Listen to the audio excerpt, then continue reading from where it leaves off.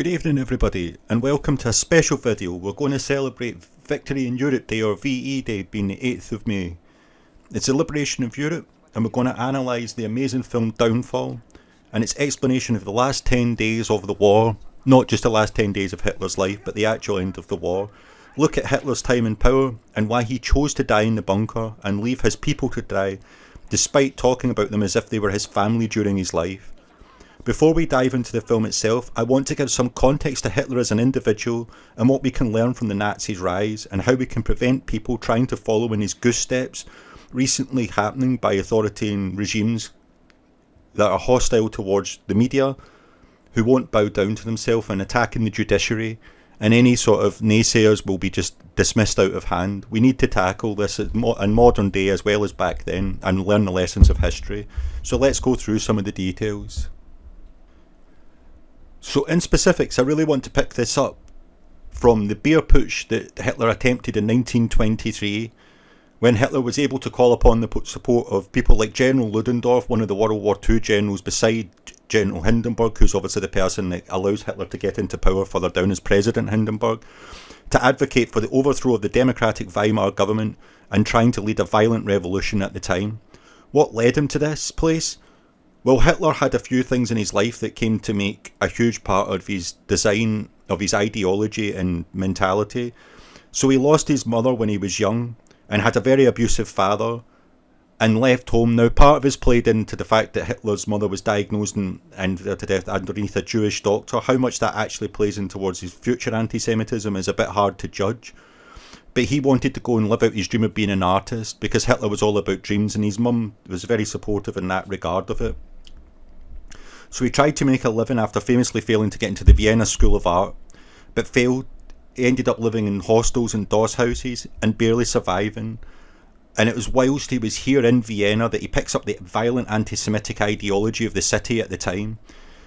Though he still had Jewish patrons at this period for his postcard art and his art that he sold just in general, it's where the spark was ignited in terms of putting the idea into his head. It's where he first saw the swastika in use, and after collecting his father's inheritance, he decided to move to Munich not long prior to World War I. I'll show the photograph of him standing in the Munich crowd at this point here. It's in this period of nationalistic fervour where Hitler eagerly joins the army, like so many young men wanting to go to the front, whipped up into that sort of nationalism, whether you're in the UK, Austria-Hungary, the Ottoman Empire even, it doesn't matter. They chose to join up, something that would no longer be the case by about 1915, where conscription would be coming on all sides. Now, while he would later reframe what he did as a corporal here, he was actually a courier at the front. Still an incredibly brave thing to do, to go and send over the messages when you consider the effects it could have being shot at, etc. during the war. But it wasn't the frontline action he wanted to be involved in. However, he got given his Iron Cross for a particularly daring mission where he managed to deliver a mission under severe bombardment where two other people in the same group died. It was a Jewish superior that actually recommended him for his Iron Cross, so it shows even at this point that Hitler's anti-Semitic fervour that comes after isn't fully there yet, or isn't fully formed. The couple of missions after, he then is affected by a gas attack which ends his war because he went blind in late 1917 and wasn't ever able to return to the front as Germany lose. That's really important because him not being there proved crucial for his buying into the fact that Germany was robbed by insurgents inside its own system, and one such group were the Jews. According to the right-wing groups that were round about in Germany prior and after the war, and they never ever accepted the loss despite the German starvation of over 1 million people in 1917 after the turnip harvest failed and the economic poverty at home. This anger at the loss of war still didn't have a direct link to what would follow. It was just a step on the path towards it. It would grow and flourish into Nazism in the south of Germany. After the war, Hitler was working for a group called the Freikorps. Now, the Freikorps was made up of German army people, but it was a paramilitary group in all intents and purposes, fighting the communists all over Germany. Munich itself had a thing called the Räterepublik after the war, which is a communist government which ran Munich for a few months before being disbanded violently. The Freikorps were one of the people to do it. Of the 10 leaders 8 were Jewish, and the far right seized upon this with more rhetoric about the links between Bolshevism and Judaism. And this was incredibly prevalent in places like Austria and Bavaria, so the two parts of Germany and Austria where Hitler had a huge effect on this. And Hitler was asked to spy on what was then the little known DAP, or Deutsche Arbeiterpartei. He was impressed by their rhetoric, and when asked to speak, he recognised he had an innate ability, one that would be paid for extremely well. Bear in mind that this is a person that lived in doss houses and was extremely poor to it. And as it grew, and as his ability to whip people up grew, he seized the party for himself, creating what is now known as the swastika flag. And he used the red to fool socialists and communists, to try and fool people that didn't know better about it, and the black swastika representing the far right, or the nationalistic idea, and she reframed her name to the National Socialist German Workers' Party, or the National Socialisten Deutsche Arbeiterpartei, or for short, the Nazi Party. So to try and gather as many votes as possible, they tried to appeal to all sides, but they did remain in irrelevance throughout this period, despite the brutality created by the stormtroopers, or Sturmabteilung, or SA should I say, what stands for Storm Division. Now, in 1923, Hitler thought he would have to seize power, and so they tried to do so after a beer hall meeting, which included people like General Ludendorff, and that's why it's referred to as the beer hall putsch, because it was created in these places. The thing about it is, it failed. Many Nazis actually lost their life on the day. Hitler himself, with 2 people beside him, were killed. He was very fortunate and ran away. When the military and the police refused to join it, they thought they would join sides and march on the German Weimar capital, but that didn't happen. So Hitler ran and got arrested a few days later into it, which leads us into his famous trial and his eventual imprisonment at Landsberg prison. And in the trial he had this speech. May pronounce us guilty 1,000 times, but the goddess who presides over the eternal court of history will, with a smile, tear in pieces the charge of the public prosecutor and the verdict of this court.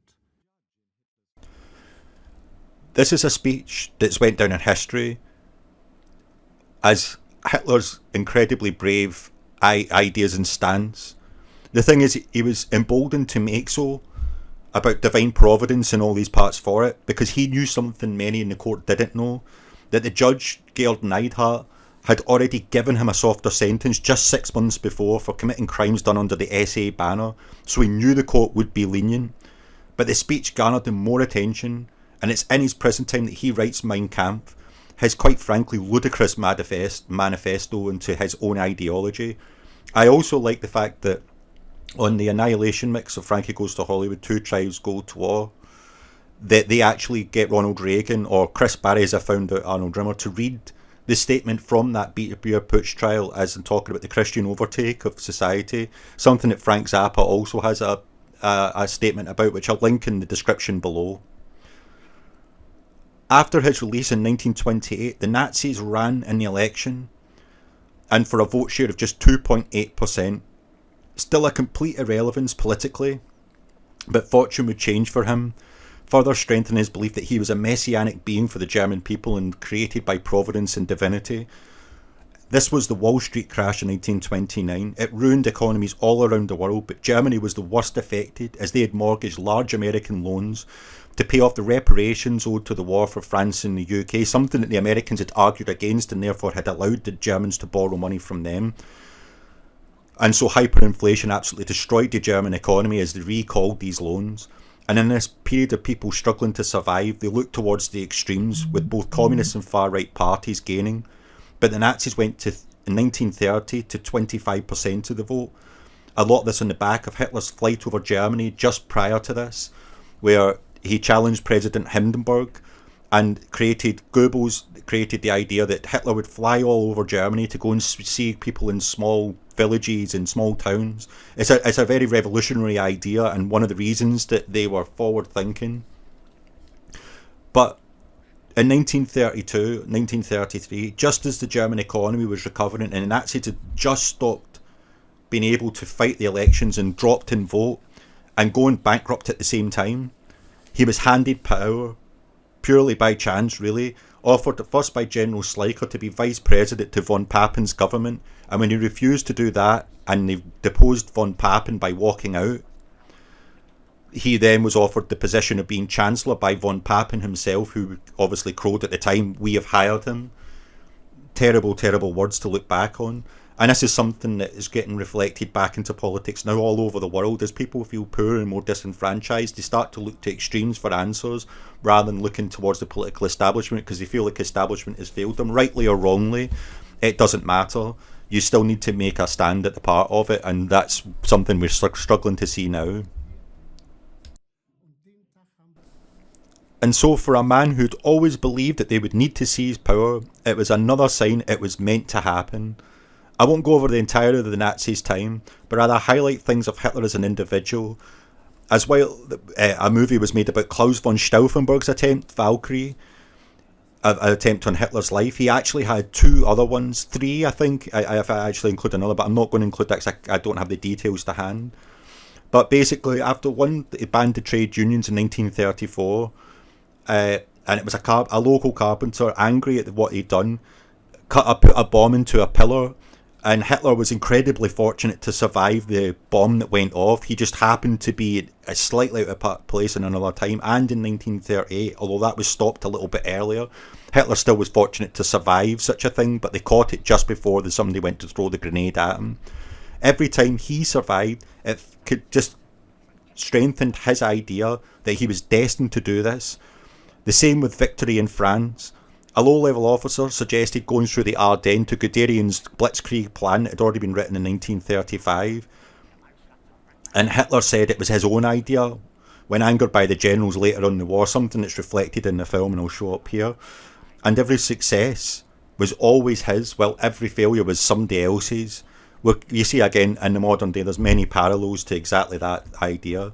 And as the war goes on, Hitler spent almost all of his time at the Wolf's Lair, which is just outside modern day Ukraine, away from his people and his rallies. And as they lost, he withdrew even more from his public life, happy to take the adulation of the annexation of Austria or victory in France, but unwilling to talk as things got bad. And this, I think, is key to understand why he ends up in the bunker in a totally unreal and surreal situation, being told exactly what he wants to hear with total power, unquestioned power, as he'd either purged those who'd stood against him, or used what charisma and the belief he was superhuman and divine to coax people into believing a miracle was possible, despite there being absolutely no opportunity for that to happen. And as he lost, he accelerated the final solution enormously, killing more and more. So as the Red Army closed in and started to push the war back, they murdered around about 2.5 to 3 million people in less than 2 years. Somewhere like Treblinka, they killed 800,000 people in something like 5 months, 6 months. It's unthinkable. And so when he ran out of people outside of this to kill, people that were no longer outside of control, he no longer could do it. He turned his anger on his own people, as those were the people who'd abandoned him, and proven his neo-Darwinian theory that the weak will perish and the strong will survive. A complete misreading, obviously, of Darwinian thinking, but that was the way that Hitler saw the world. Okay, so now I've given some baseline context to what Adolf Hitler's, why he believed in such divinity, why he thought of a certain way. I didn't want to delve too much into parts of his anti-Semitism, because it is incredibly difficult to identify exactly where it comes in. It's more of a kind of staggering part of it, recognising it can make him money, recognising it can channel his anger and make him popular was something that obviously appealed to him, just on a personal level. And now that I've done that, I would like to take a look at the aspects of the film more closely. If you want me to go over any further details in terms of the regime, elements of it, then I'm more than happy to do so and follow up with a short video. I'll go through some of the details of it. I just thought I'd keep this one a little bit more concise. I actually cut a fair bit out of my script for this one because it was a little bit too unwieldy, and I thought that this would be better served being slightly more on point. Anyway, as I go off point and talk about something else, let's get back on track. So, for me, this is one of the most historically accurate films ever made.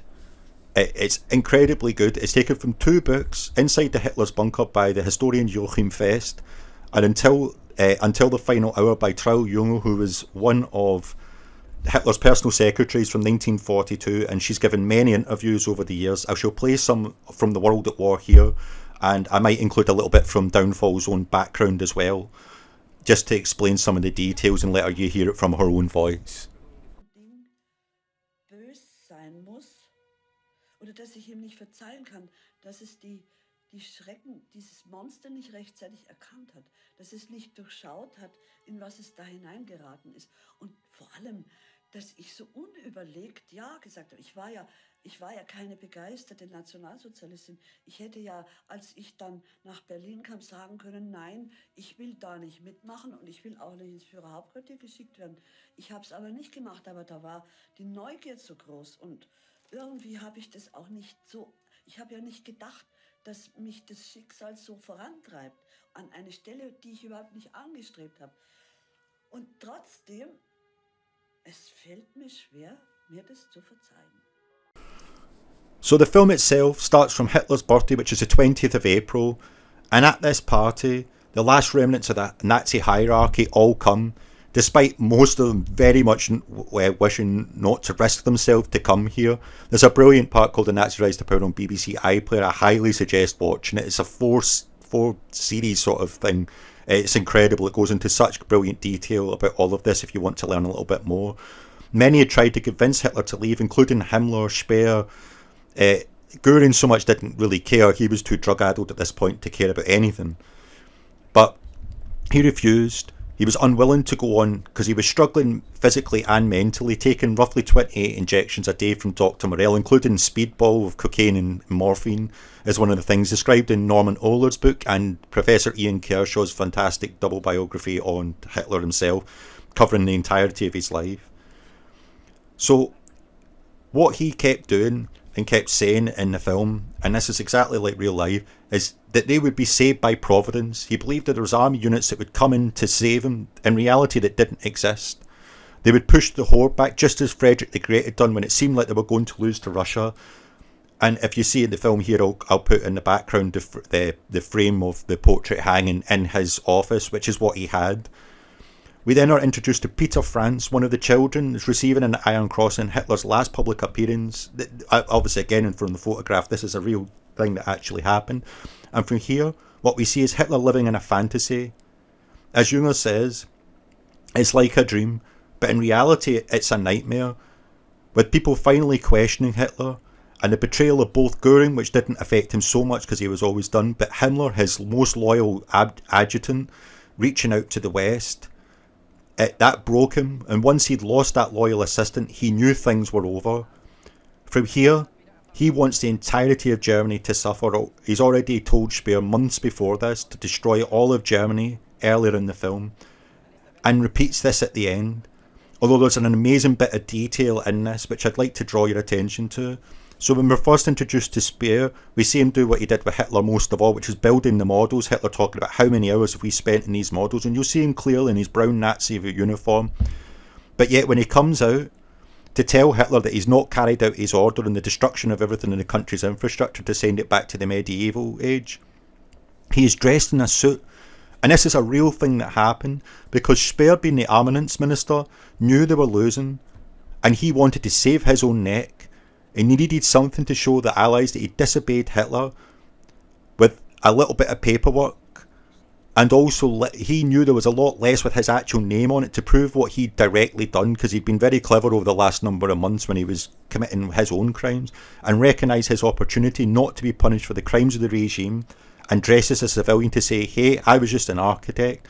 He apologised for the crimes of the regime at Nuremberg, and saying he knew nothing about it all was an enormous lie.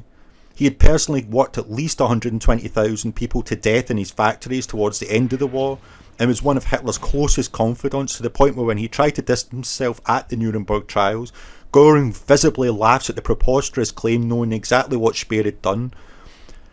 That's the level of detail the film takes in. It's absolutely immaculate in the way that it reports and talks about all of these elements in terms of the detail of the specifics that happen to bring a reality to the film that rarely exists in such films. The last one I covered was Das Boot, and that also manages the same thing, to bring a sort of reality to the situation that these people are in. In this case, a very different type of person or people.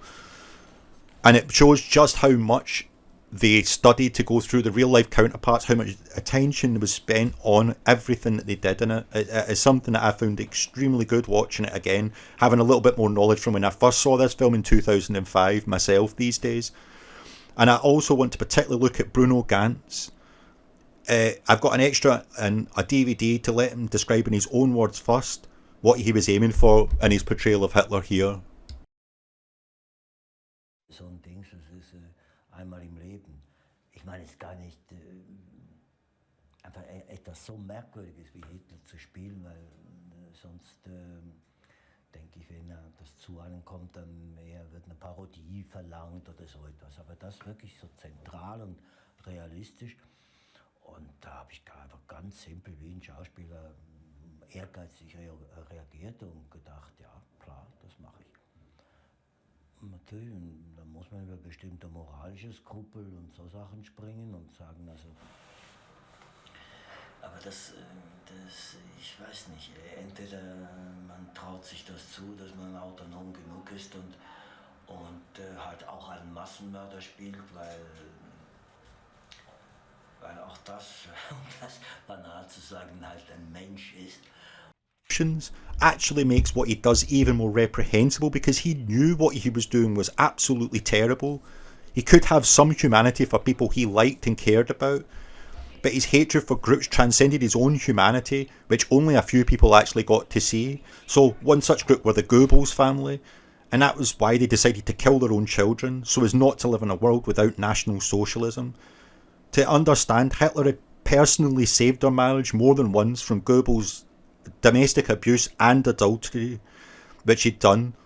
And Magda Goebbels saw herself as, or she was seen as, the First Lady of the Reich, since Hitler was never intended to be married, something that Eva Braun wanted to be, and that's part of the reason of her motivation to stay beside him till the end, because she wanted to be seen in posterity as this noble martyr to the cause, because they genuinely believed the cause would come back in some way, shape or form. And it turns out in modern days that seems to be more likely than not.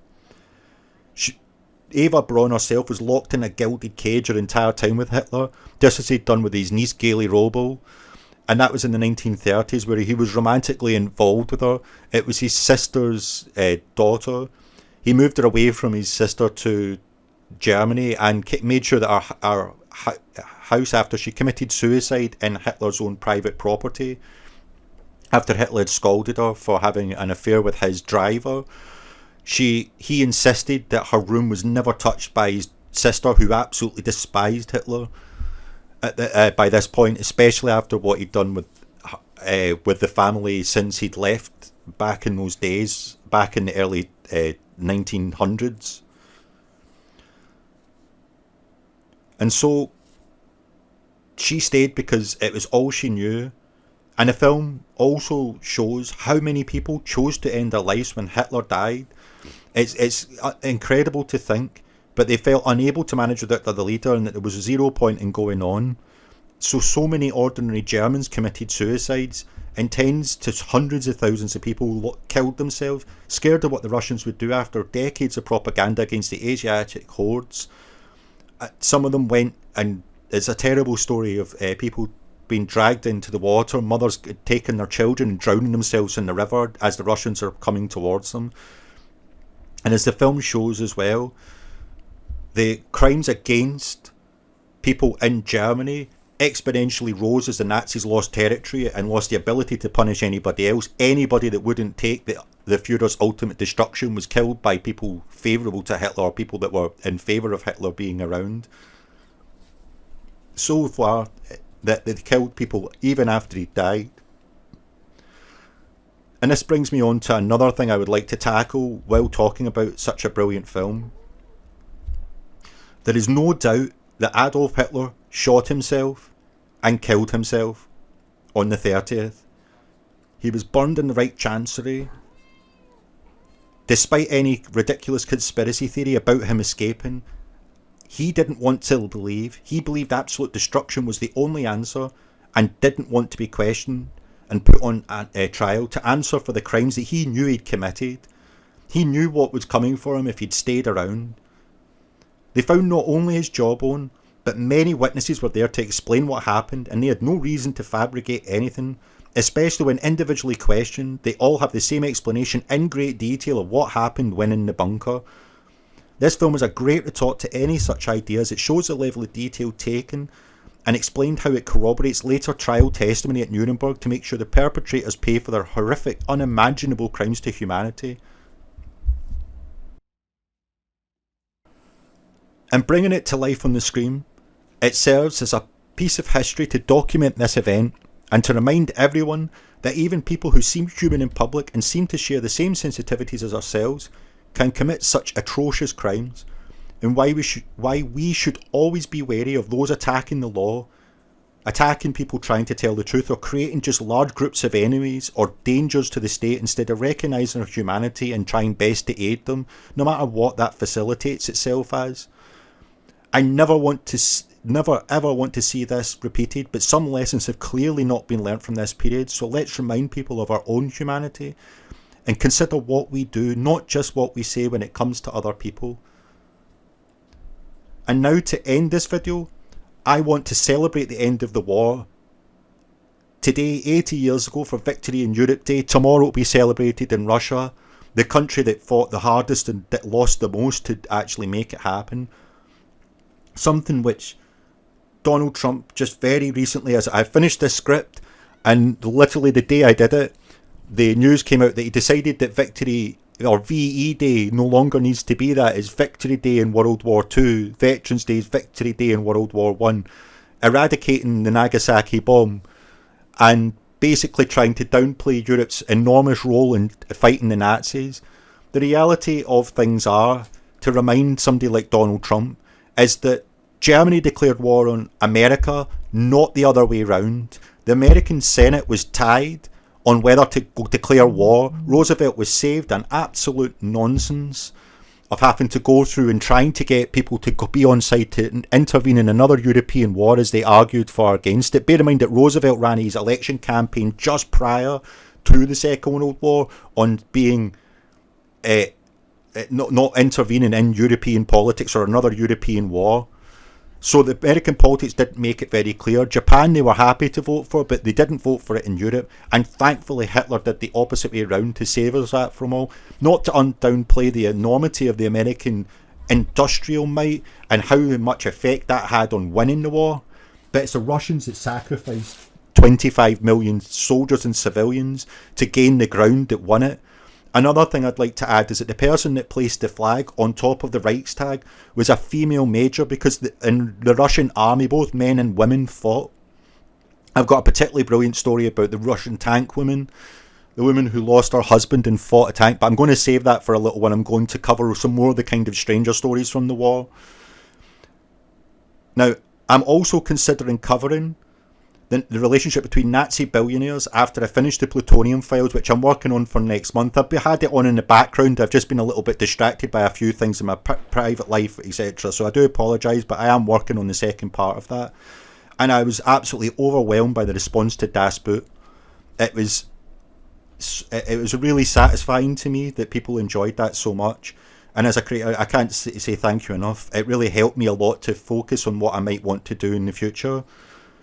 Have a great VE Day, and let's remember all the fallen that have died in any war.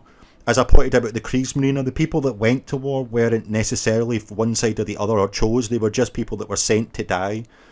Those are people that died to give us our own freedom and for us to protect that freedom and make sure that we look after what we have in our democracy, something we are trying to erode slowly. I don't mean to be too with too strong a rhetoric into this point, sorry, stumbling over my words, but trying to get it to come out. But I just feel really passionately about democracy being the most important way forward, and not to allow jackboots to step back in again. And they don't march in, they move slowly to get there. That's what this film is trying to remind people, that even human beings can create and do horrible things, horrible states. I really hope you enjoyed my little review. What I've decided to do is give us some games to celebrate at the end of the video, so I'm going to play out. You can stop watching now if that's your thing. If not, then have a little look at some suggestions, some games you might want to play to celebrate this incredibly momentous day. I would love to do something for Victory in Japan in a similar mould, but I don't know where to start that one. So I'll have a think about that. But thank you very much for your time. Take care and goodbye.